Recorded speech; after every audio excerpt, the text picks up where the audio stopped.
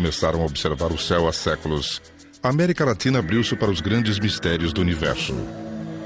Desde quando os OVNIs estão sobrevoando os Andes? Já abduziram pessoas na América Latina? Existe algum tipo de evidência? Alguma prova?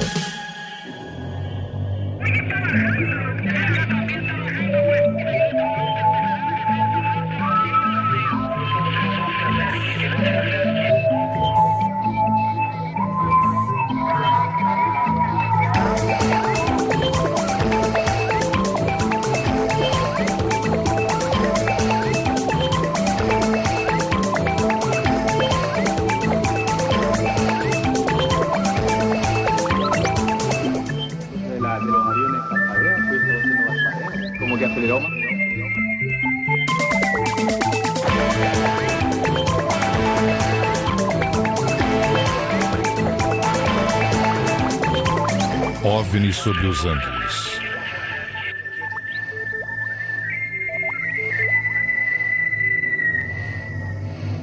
A Cordilheira dos Andes é uma cadeia de montanhas que se estende por toda a América do Sul e que ainda esconde muitos segredos. Aos seus pés, grandes desertos, selvas e rios têm sido o cenário de aparições e contatos com OVNIs. Há fenômenos que foram registrados e documentados nesta parte do planeta desde o século XIX. No extremo austral do continente, no Chile, encontra-se o mais antigo documento escrito sobre objetos voadores não identificados. O caso foi registrado pelo jornal El Constituyente na cidade de Copiapó, no sábado, dia 14 de novembro de 1868. A notícia dizia que uma chuva de estrelas ou meteoros havia caído várias vezes naquela data. Pesquisadores de renome como o ufólogo francês Jacques Vallée consideram este caso como o primeiro registro fidedigno de uma onda de OVNIs, isto é, uma concentração de objetos voadores não identificados sobre o mesmo lugar em curto período de tempo. O número de ocorrências cresceu nos últimos anos, com o aumento da atividade de OVNIs não apenas em locais isolados, com poucas testemunhas, como também nos grandes centros. Outros casos foram mantidos em segredo até agora. Poderia indicar por onde eles entraram. Na região sul do Chile, recentemente, 2 geógrafos realizaram uma das aventuras mais ousadas da ufologia contemporânea. Saíram em busca de um OVNI que estaria enterrado no topo de uma montanha desde o início do século. É nesta direção.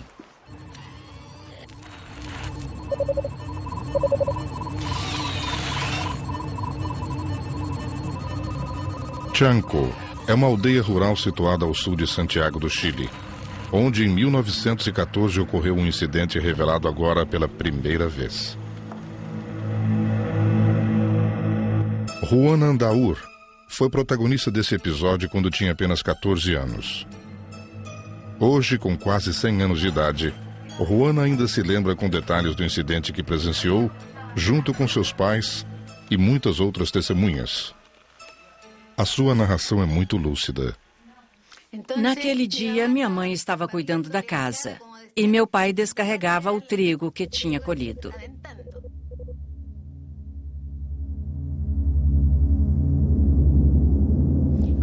De repente, eu vi se aproximando uma coisa parecida com um remo, assim como umas vigas pequenas.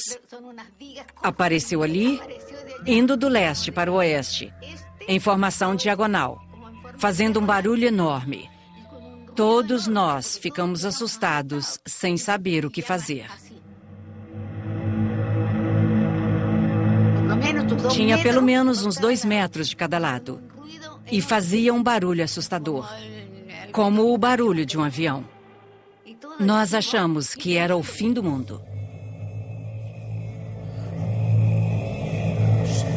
Naquele ano, a Primeira Guerra Mundial havia começado. Os aviões que cortavam os céus em 1914 eram biplanos delicados, construídos com tela e madeira. Portanto, era impossível que o objeto avistado em Chanco pertencesse a alguma força aérea da época. Foi visto de perto. Nesse dia teve um casamento aqui na escola e as pessoas todas saíram assustadas para ver o que estava acontecendo. Um aparelho que havia caído ali fazendo um barulho assustador.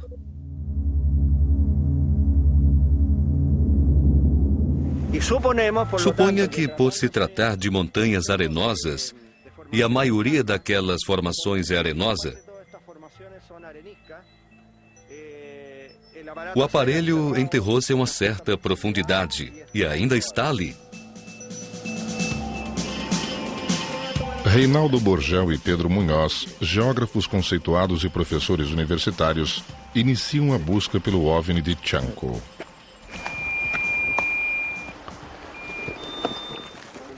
Dois militares equipados com detectores de minas se juntam à expedição.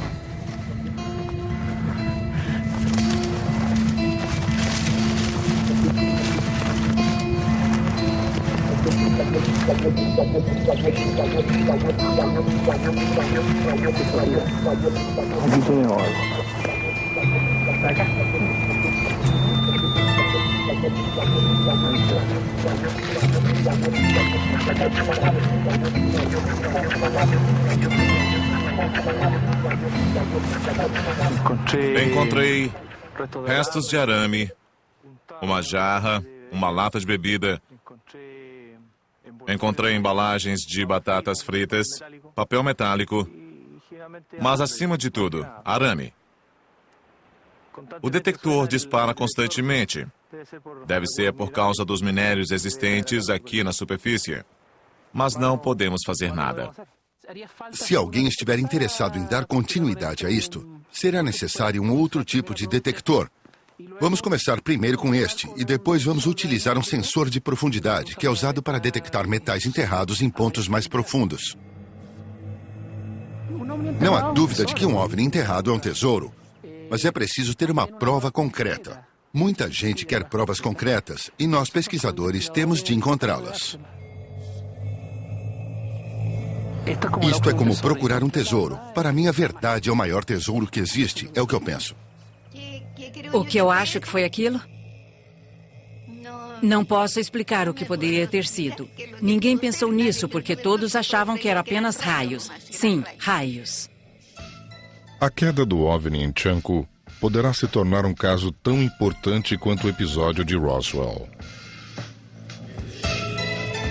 Em 1947, a Força Aérea dos Estados Unidos admitiu a queda de um OVNI no Novo México. Mas essa informação foi desmentida 24 horas depois.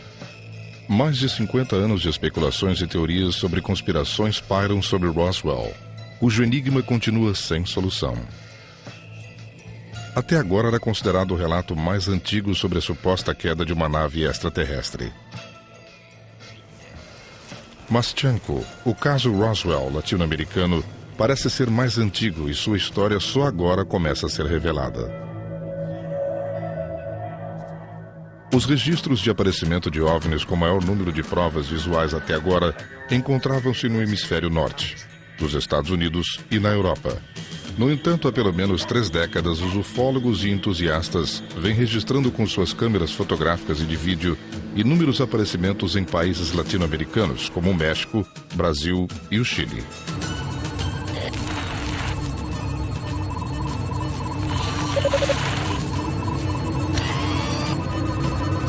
As ondas de OVNIs no México são as mais documentadas em vídeo, como mostra essa montagem realizada pelo pesquisador alemão Michael Heismann.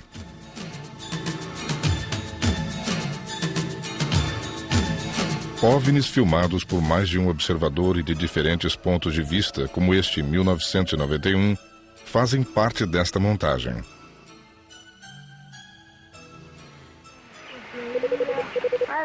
Este outro vídeo gravado no México mostra uma pequena nave que, numa altitude elevada, muda de curso, avançando e recuando à vontade.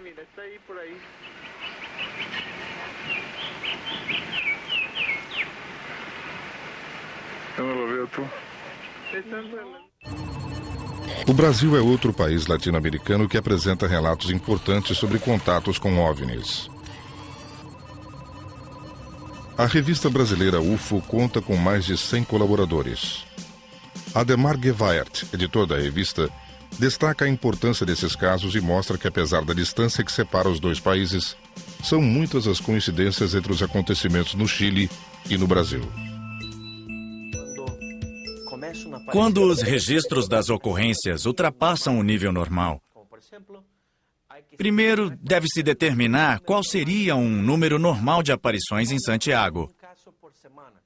Suponhamos que seja de um caso por semana. Se acontecem 10 por semana, não é uma onda. Vamos supor que somos tripulantes de um disco voador. Esse disco voador foi construído, foi concebido de acordo com a tecnologia de algum planeta distante daqui. E nós fomos os escolhidos para estar ali.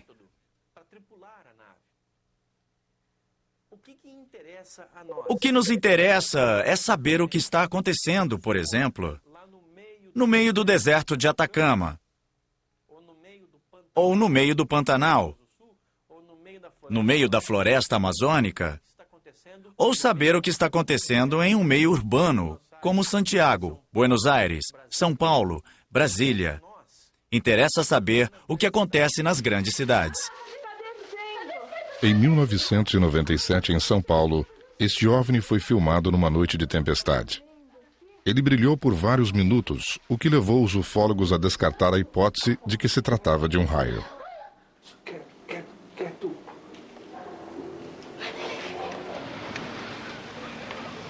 Numa movimentada praia do litoral de São Paulo, em 1997, apareceu uma formação triangular de OVNIs sem que ninguém percebesse. Um cinegrafista amador gravou a cena por acaso e só percebeu os OVNIs ao assistir a gravação.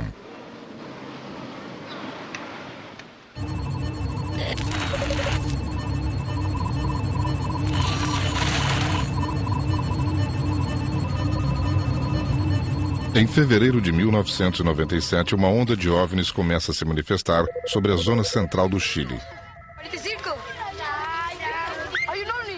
Este objeto não identificado foi avistado sobre a cidade de Quilpué. Desapareceu depois de ter sido visto por dezenas de testemunhas.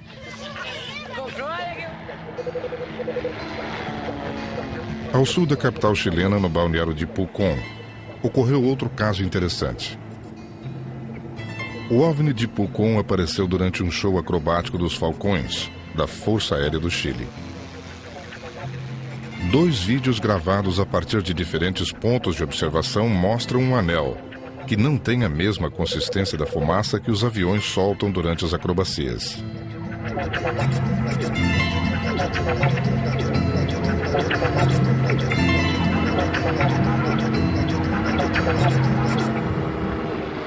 O geógrafo chileno Pedro Munhoz tentou elaborar um mapa da onda de OVNIs de fevereiro de 1997. Por exemplo, pode-se dizer que existe uma correlação positiva. Isto é, quanto maior a população, maior quantidade de aparições, pois existem mais testemunhas.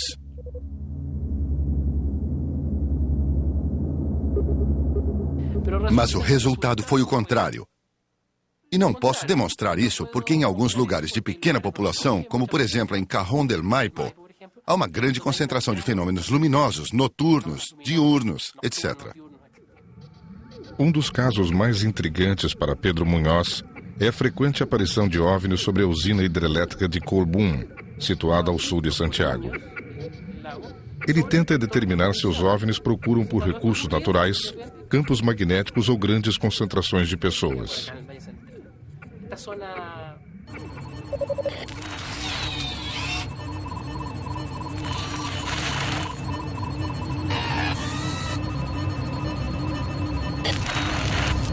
Esta é a represa da usina hidrelétrica de Colbún. Nos arredores desta usina, os OVNIs aparecem periodicamente. Segundo os moradores, os OVNIs roubam energia dos cabos. Acho que seria interessante se as crianças contassem o que viram. Quem quer começar? Quem de vocês já viu um OVNI?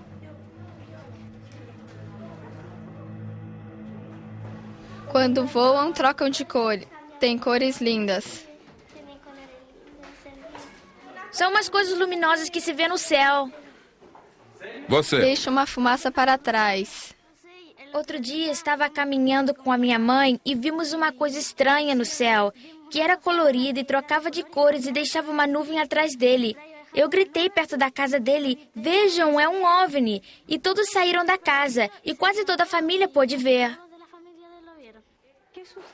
O que acontece com as televisões durante uma aparição? Amália? A imagem fica atrapalhada. Segundo as testemunhas, não se sabe, mas as crianças viram os OVNIs pousados sobre os cabos de alta tensão e causando interrupção de energia. As crianças, na sua inocência, disseram que os OVNIs estavam roubando energia elétrica. O que é uma suposição? Não sei. Será que um OVNI próximo a um poste de alta tensão estaria roubando energia? Querem provocar impacto? Querem ser vistos? Querem provocar a falta de energia para gerar um maior impacto? Impacto publicitário? Ou de fato estariam roubando alguma coisa? Não roubando, mas tirando energia ou se alimentando dos campos magnéticos gerados pelas torres de alta tensão? Não sei, são apenas hipóteses, e tão boas como qualquer outra. Tendo reunido todas as informações, o geógrafo Pedro Munhoz conseguiu traçar o caminho da onda de fevereiro de 1997. A rota descoberta por Munhoz forma um corredor que vai desde o Oceano Pacífico até a Cordilheira dos Andes, na direção do território argentino. O corredor inclui Colbún, onde está a usina hidrelétrica visitada constantemente por OVNIs, e Chanco, o mesmo local da queda do OVNI em 1914.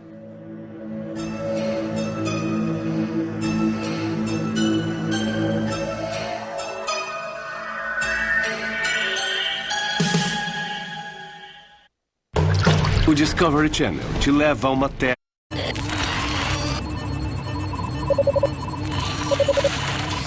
Desde os anos 60 até hoje, potentes telescópios têm sido instalados no deserto do Atacama, no extremo norte do Chile, para aproveitar a excepcional visibilidade que existe sobre o deserto mais árido da Terra.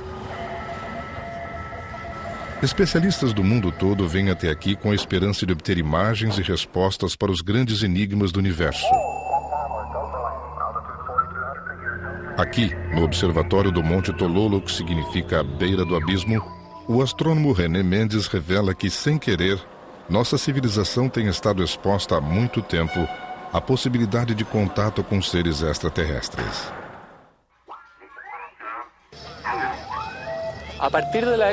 Desde a década de 20, a Terra vem emitindo ondas de rádio.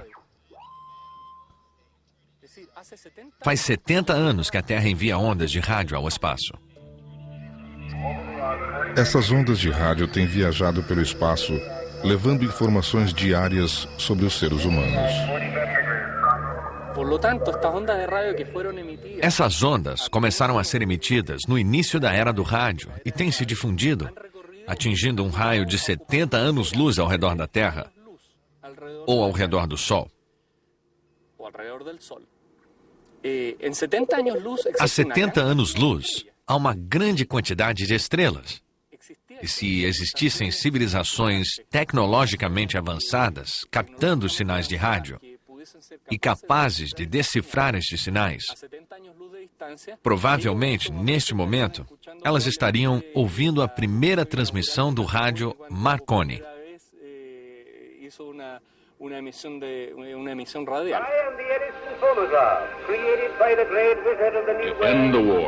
Fim da guerra no Vietnã. Martin Luther King foi assassinado hoje. A bomba atômica foi lançada sobre Hiroshima.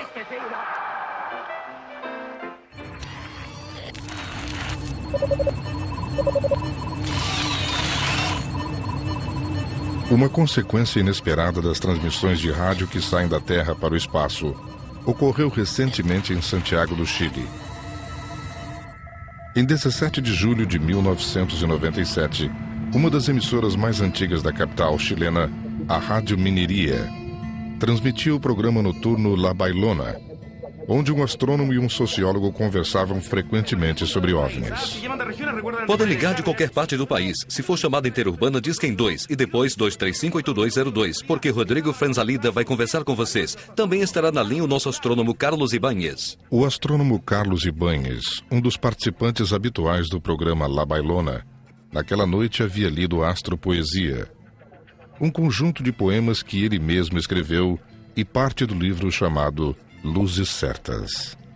Estrella majestática de brillo plateado, blanca huésped del ave boreal, tus alas emergen y sumergen en un ficticio límite. Estos ojos de sur dilatan sus pupilas en relencias vernales. En Neser Altair fuiste llamada YFK 4745 friamente catalogada. Esse programa nós habíamos anunciado Uma ou duas semanas antes, anunciamos que o programa seria transmitido do terraço da rádio.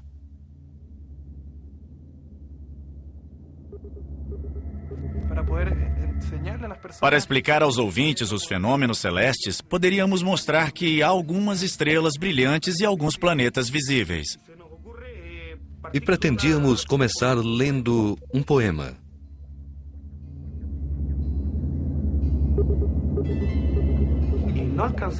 Não conseguimos fazer o programa como tínhamos planejado.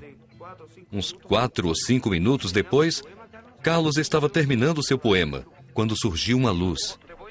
Posso interromper, Tito? Quero que as pessoas observem, pois há um objeto muito estranho sobre a cordilheira. E tenho a impressão que é uma bola ou coisa parecida, mas há um objeto bastante estranho. Vejam, apareceu de novo. Aí está de novo. Tem uma cor vermelha intensa, bastante forte. Carlos, poderia descrevê-lo? O que você acha que é? Bem, é um objeto que está se movendo, não é? Sim, acaba de aparecer. E está piscando. Não é uma estrela. De repente, aparece uma luz muito brilhante ao sul, mais ou menos a sudeste, do lado do setor Locanha. E esta luz estava piscando.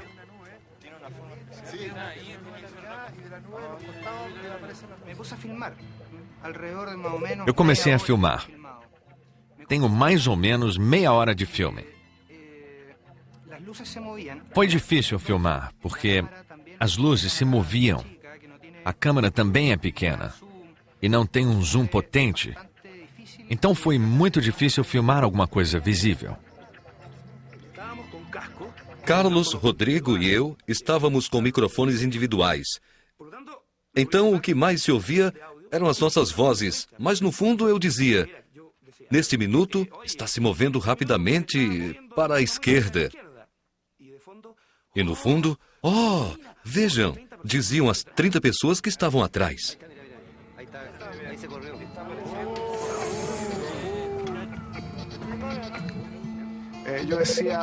Eu dizia, naquela altura não existem estradas. Tem água, que às vezes pode ampliar a luz.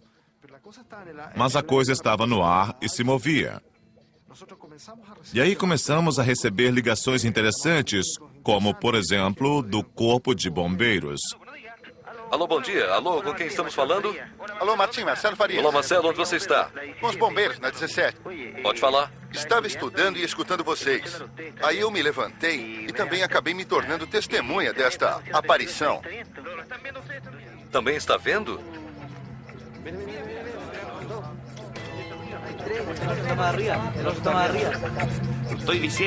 Não estou dizendo que seja um objeto voador, nem extraterrestres, não. Mas que era algo curioso e que tinha inteligência própria, não tenho dúvida. Depois de examinarem a fita de vídeo gravada em Santiago do Chile, em 17 de julho de 1997, e observando as luzes que saíam da imagem, os ufólogos chegaram à conclusão de que o OVNI visto diante da Cordilheira dos Andes liberava Foo Fighters. Foo Fighters são pequenas bolas de fogo, geralmente do tamanho de uma bola de futebol, que perseguiam os aviões de guerra dos dois lados durante a Segunda Guerra Mundial. Nessa época, os pilotos dos caça-bombardeiros começaram a falar dos Foo Fighters, que poderíamos traduzir como caças de fogo, ou simplesmente os caça-fogo.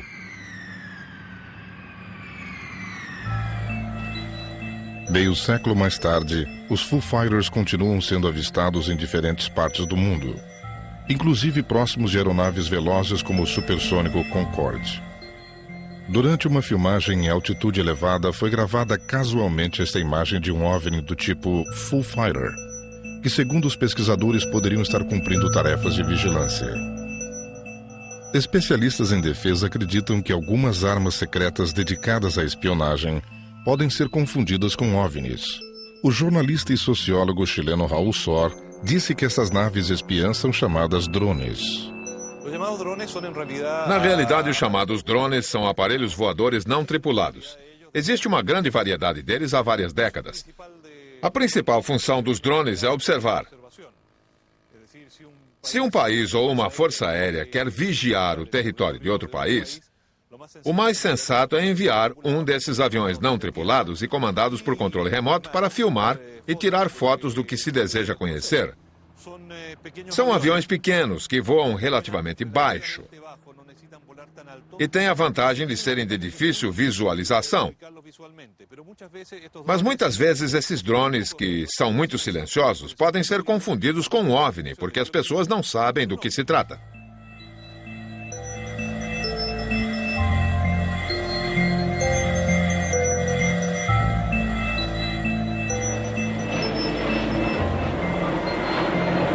Dá mais um. Este vídeo doméstico, gravado por um menor de idade na cidade brasileira de Capão Redondo, registra os movimentos de um objeto voador não identificado que parece estar sobrevoando o teto das casas. Ele parece seguir uma rota que muda à vontade, um comportamento que os ufólogos consideram próprio dos Foo Fighters. Conseguimos pegar!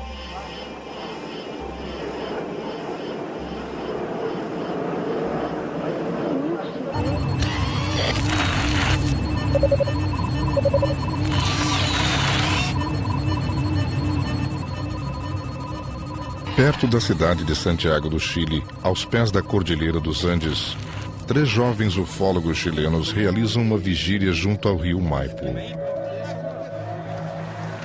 Eles pertencem ao Projeto Radar, uma iniciativa dos pesquisadores que buscam provas sobre OVNIs nas regiões do país consideradas zonas quentes, devido à frequência de aparições. Estamos preparando o equipamento para estarmos sempre atentos. Se avistarmos alguma coisa, gravaremos. Em apenas 10 segundos, 15 segundos ou 3 segundos, pode acontecer alguma coisa especial, fenomenal. E é por isso que estamos aqui.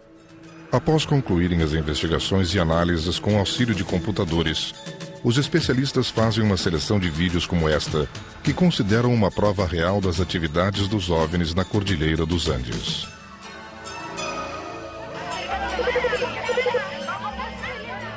Este, por exemplo, foi filmado na cidade de Punta Arenas, no extremo sul do continente, outra região considerada como zona quente pelos ufólogos chilenos. Esta grande estrutura com luzes que se deslocava durante a noite sobre o teto das casas da cidade foi filmada por uma jovem chamada Paula Munhoz, durante uma reunião de amigos.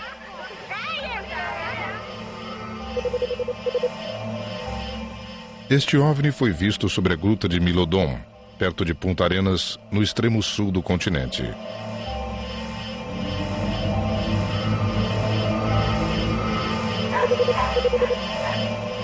Este objeto voador não identificado foi filmado em Angol, na região sul do Chile, depois de ter faltado energia elétrica em toda a cidade. Apúrate, mami, apúrate. Dale señales. ¿Estás filmando tú? Sí.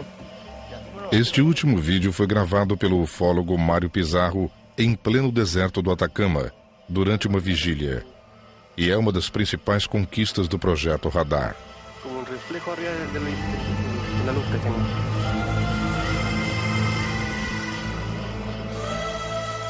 Enquanto continuarem aparecendo OVNIs sobre os Andes, estes caçadores terão muito trabalho procurando por provas que sempre são muito difíceis de obter.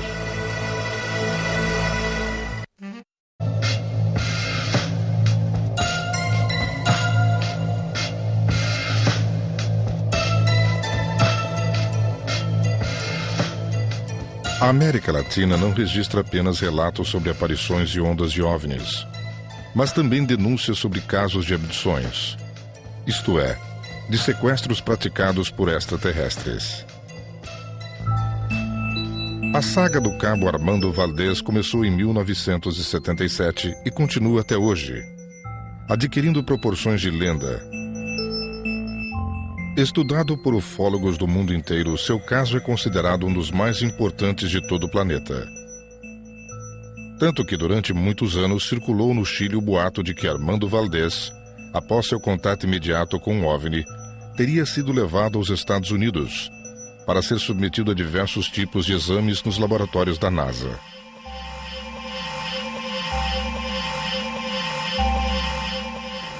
Raul Salinas serviu o exército como voluntário e era um dos recrutas que estavam na patrulha chefiada pelo cabo Armando Valdés. Ele é Raul Salinas. Ele é Ivan Robles Rivero. É o que assina Germán Riquelme Ovalle, Pedro Rosales, não me lembro. Humberto Rojas é outro membro da patrulha que, depois de muitas buscas, foi localizado e concordou em dar com exclusividade o seu relato dos fatos. 17 de maio de 77. Imagine. Veja, aconteceu em 25 de abril e saiu em 17 de maio. Era mais ou menos umas 3 da manhã. Rosales estava deitado no que chamávamos de telhado de madeira.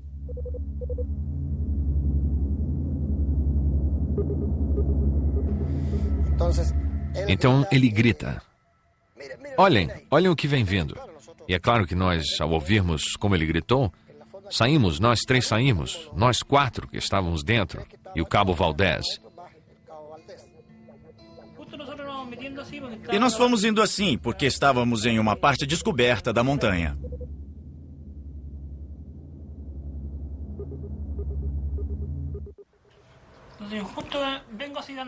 Fui assim caminhando, e mais atrás, os outros 2 homens que trocavam o turno disseram: o cabo, olhe. Então eu dei meia volta e olhei. Uma grande luz desceu do céu, saiu de trás da montanha. Nós estávamos de frente para a montanha. Saiu na noite e ficou na nossa frente. E foi para a montanha ali, na frente.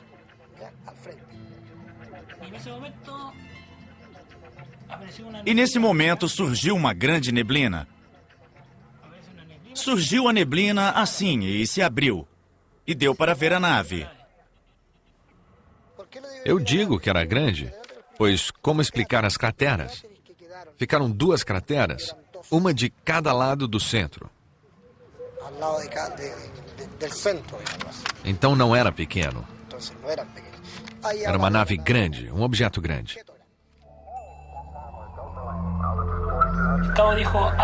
O cabo disse: vamos parar aqui, ninguém se move. Se alguma coisa vai acontecer, se vão nos levar, que nos levem. Então o cabo Valdés, que era muito religioso, começou a rezar e pediu que todos rezassem. E ele dizia, na sua prece ele gritava: identifiquem-se, porque a luz pousou.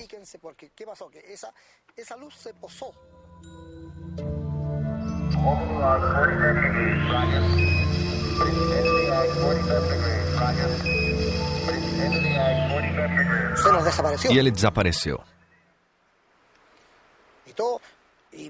E todos gritaram: o cabo, o cabo. Procuramos e ele não estava. Chamamos e ele não apareceu. E começamos a perguntar pelo cabo Valdés. Viram o cabo? E a nave ali, bem ali.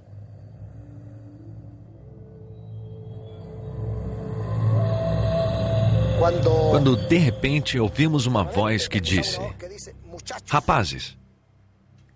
E nós corremos, e era o cabo Valdés, e fomos ao encontro dele. E fomos na direção dele. E vimos o que parecia um boneco que foi jogado de uma certa altura. Ele caiu aos nossos pés. Parecia morto. E era o Cabo Valdez. Como ele era pequeno, eu pensei que fosse um deles. Pois quando eu o vi com a barba grande e tudo aquilo... e os olhos que estavam saltados. E fomos até ele para pegá-lo. E ao nos aproximarmos, vimos que ele tremia. Nós o agasalhamos e ele nos olhava com os olhos arregalados. Então ele começou a falar. Vocês não sabem quem somos e nem de onde viemos. E depois mudou a voz, dizendo... Vocês não sabem de onde viemos e nem quem somos.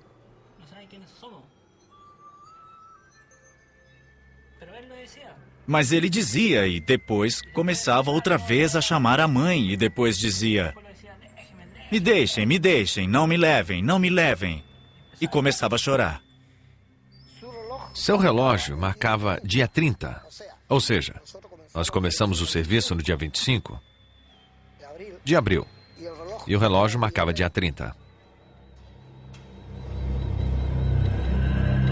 Como seria possível Valdez avançar 5 dias no tempo? Por que a sua barba tinha crescido? Foi uma abdução? Conversando sobre casos desse tipo com o perito norte-americano David Jacobs, que investigou 700 relatórios sobre abduções. O tipo mais comum de abdução é aquele em que a pessoa é tirada de seu ambiente, levada para bordo de um OVNI, geralmente contra a sua vontade, e submetida a uma série de procedimentos físicos e mentais visando a reprodução e que são administrados por seres de aparência estranha. Depois são devolvidos ao seu ambiente e logo esquecem o que ocorreu. Mas sabem que algo incomum aconteceu, pois podem ter perdido 3 ou 4 horas. Ufólogos italianos consideram o incidente de Valdez o caso de abdução com a distorção temporal mais importante da história. Com certo grau de segurança, podemos considerar o início dos fenômenos de abdução à época próxima à virada do século, em 1896. Eu acho que agora estamos entrando na etapa final. Acho que estamos chegando ao final deste programa. E acho que a meta é a produção de bebês híbridos. Creio que é por isso que estão aqui. Para a produção desses bebês. Todos os abduzidos sofrem um procedimento reprodutivo. Todos, sem exceção. Até onde sabemos. De fato, é por isso que são abduzidos, basicamente por esse motivo. Até hoje não foi possível confirmar se o Cabo Valdez foi submetido a algum tipo de experiência. Mas em outros casos, como os que Jacobs investigou, sempre houve indícios sobre algum tipo de manipulação física das vítimas. A pergunta é, por que querem fazer isso? E a resposta é, não sabemos. Não sabemos por quê. Não sabemos. Não entendemos esta parte. Sem dúvida, acho que será algo nocivo para a nossa sociedade. Mas quanto mais estudo este fenômeno, menos ele me agrada. Os membros da patrulha nunca mais tiveram notícias do Cabo Valdez. Ao longo dos anos, viram surgir um mito em torno de sua pessoa. Contaram várias histórias. Por exemplo, que a NASA tinha feito estudos com ele, que o exército tinha mandado fazer hipnose, que tinha ficado louco, que tinha se tornado um gênio em matemática. Muita coisa foi dita. Mas, na verdade, nós, ou pelo menos eu, nunca tive a oportunidade de verificar o que realmente aconteceu com ele. Valdez ainda é militar. Está servindo no setor veterinário do Exército e mora na cidade de Coyhaique, mais de 1.000 quilômetros ao sul de Santiago do Chile. Até hoje o Exército proíbe de dar entrevistas. Mas Valdez espera dar baixa dentro de alguns anos e promete que vai finalmente contar a verdade a seu respeito em um livro. As belas e amplas paisagens da América Latina são propícias para a meditação e para a percepção de fenômenos paranormais.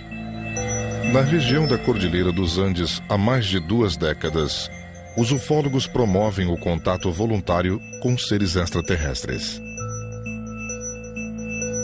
Em 1974, quando iniciou-se a experiência com contato, éramos um grupo de amigos, um grupo de adolescentes.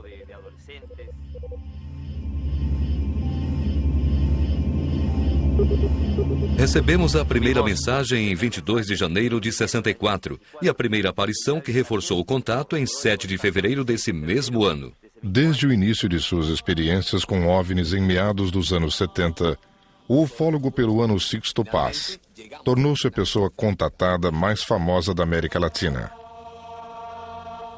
Pouco antes de 22 de janeiro de 1974, Sixto Paz recebeu mensagens telepáticas de um ser que se chama Oxal, que, segundo ele, vive em Júpiter. Oxal inspirou-o a fundar o grupo Rama, Sol na Terra, que hoje tem membros em 35 países. A primeira experiência foi em julho de 74. Durante 15 dias, o grupo com 7 pessoas ficou na floresta. Foi no mês de julho que ocorreu o contato físico em que a nave desceu. Nós vimos a nave descer. Todos vocês, tiram os sapatos. Convidado por outros membros do Rama, Sixto Paz viajou até a região de Rio Cipreses, ao sul de Santiago do Chile. Para relaxamento, vamos respirar 3 vezes pelo nariz, lenta e profundamente. E vamos começar a visualizar uma luz de cor verde. O Rama é um grupo de pessoas que mantém contato com os irmãos mais velhos, que são as civilizações que nos visitam e que dão apoio a todo o trabalho que é feito na Terra atualmente.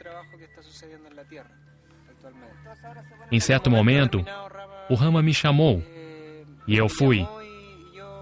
Isto é, em março fomos a um acampamento em Quinteiro com Sixto Paz e lá aconteceram coisas incríveis. Fui convidado pelos grupos do Chile, grupos de contato originários do grupo Rama. O grupo de contato Rama nasceu aqui na América do Sul e, graças ao jornalista e escritor espanhol J.J. Benítez, espalhou-se por mais de 35 países. Ele constatou a veracidade do contato com seres extraterrestres através de uma mensagem psicografada, e foi ele quem se encarregou de divulgar a experiência para o mundo todo.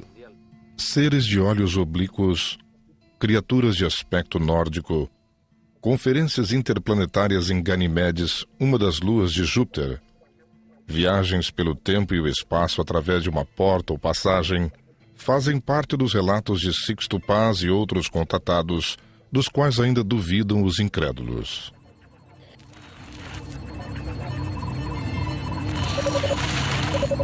Em 26 de março de 1989, vários jornalistas latino-americanos e equipes de 2 canais de televisão de Miami foram até os bancos de areia de Chilca, a 60 quilômetros ao sul de Lima, para testemunhar um contato convocado por Sixto Paz. Eu acho que esta noite iremos ter um grande acontecimento e vamos aproveitar muito. Não aconteceu nada. Mas no dia seguinte, quando muitos iam embora, José Gray, do canal 23 de Miami, viu alguma coisa. A espera rendeu frutos. Nós vimos e um jornalista fotografou uma luz que surgia sobre as montanhas. E no dia seguinte, a imagem apareceu na primeira página de um jornal local. Eu vi quando chegou no topo da montanha e subiu. Esse jornalista argentino também viu. Ela vinha e desaparecia, repetidas vezes. Nosso operador de câmera também filmou luzes de diversas cores com movimentos bruscos. Para Sixto Paz, isto é uma prova de que o contato foi feito. O contato é verdadeiro e a mensagem é real. Uma mensagem alternativa de esperança para este mundo. Nenhum grupo de contato do mundo inteiro havia convidado a imprensa. E nós já fizemos isso 7 vezes. Não para provar que o nosso contato é melhor, mas para demonstrar que os contatos não são apenas reais, mas que são contínuos. E nossa mensagem é diferente das dos outros grupos de contato. Não quero fazer comparações, mas a nossa mensagem é positiva, é construtiva. Não se fala do fim do mundo, nem da evacuação a bordo de uma nave espacial, como aconteceu com a Arca de Noé, levando os animais da Terra. Não, fala do compromisso deste planeta, isto é, se não aprendermos a viver neste mundo, não poderemos viver em nenhum outro lugar.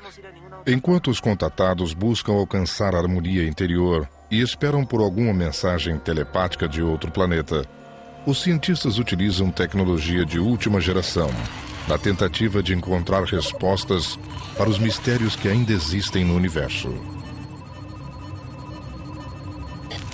Estas são as imagens mais recentes de uma galáxia distante, captadas pelos gigantescos telescópios modernos do Observatório da Montanha Paranal, no norte do Chile, os quais entraram em operação em 1998. O Chile ocupa hoje um lugar de destaque no mais ambicioso projeto de pesquisa sobre as origens do universo. O projeto MMA, Millimeter Array, utiliza-se de um radiotelescópio formado por 40 antenas de 8 metros de diâmetro cada.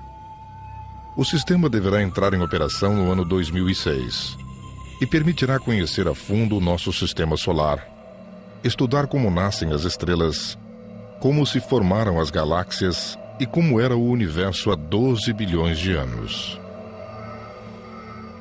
Assim, a região dos Andes, que há muito tempo vem sendo visitada por OVNIs, será transformada em uma plataforma de onde poderemos desvendar os últimos segredos do universo e saber o que os OVNIs estão procurando sobre os Andes.